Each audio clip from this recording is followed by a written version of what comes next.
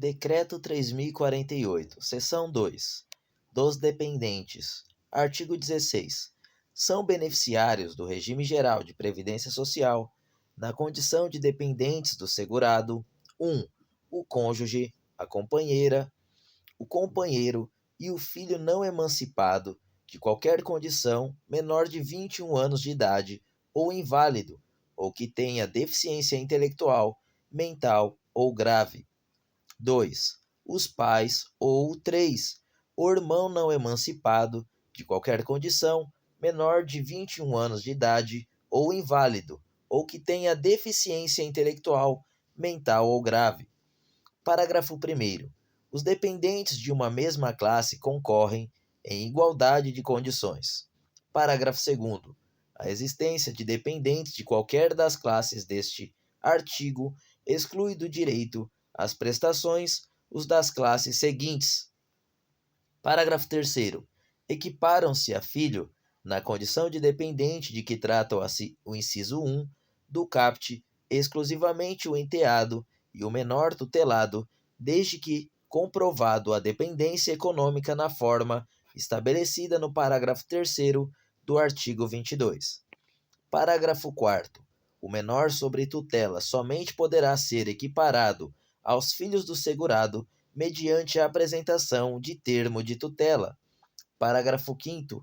Considera-se companheira ou companheiro a pessoa que mantém a união estável com o segurado ou segurada.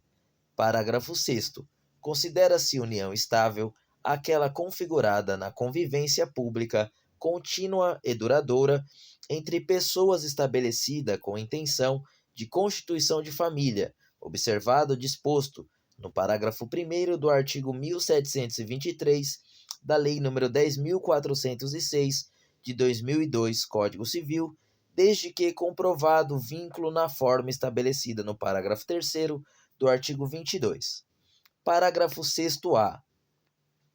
As provas de união estável e de dependência econômica exigem início de prova material contemporânea dos fatos produzido em período não superior aos 24 meses anteriores à data do óbito ou do recolhimento à prisão do segurado, não admitida a prova exclusivamente testemunhal, exceto na ocorrência de motivo de força maior ou caso fortuito, observado o disposto no parágrafo 2º do artigo 143.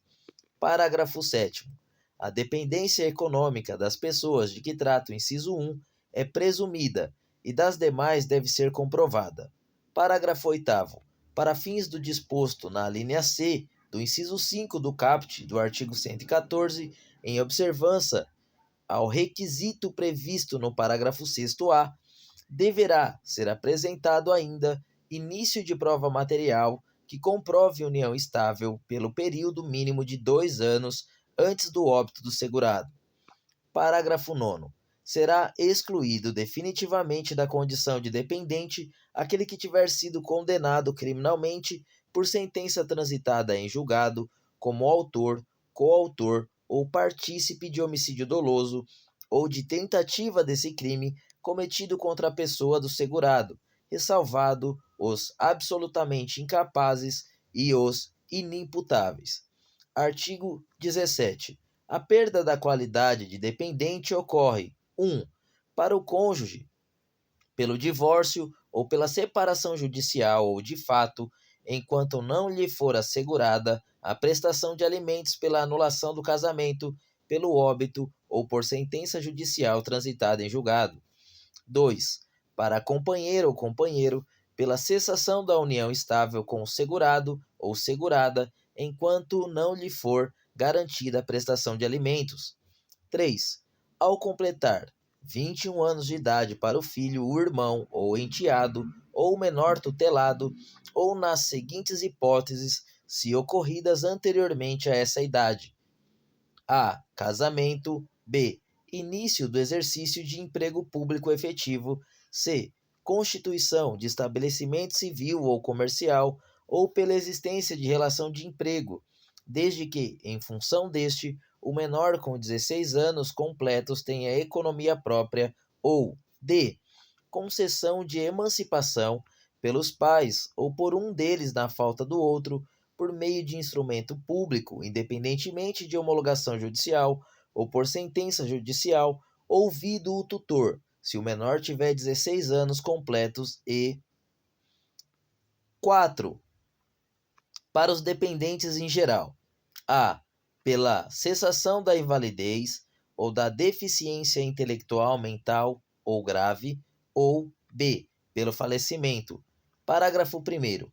O filho, o irmão, o enteado e o menor tutelado, desde que comprovado a dependência econômica dos três últimos, se inválido ou se tiverem deficiência intelectual, mental ou grave, não perderão a qualidade de dependentes, desde que a invalidez ou a deficiência intelectual, mental ou grave tenha ocorrido antes de uma das hipóteses previstas no inciso 3 do caput.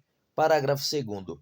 Para fins do disposto no parágrafo 1º, a data de início de invalidez ou de deficiência intelectual, mental ou grave será estabelecida pela Perícia Médica Federal.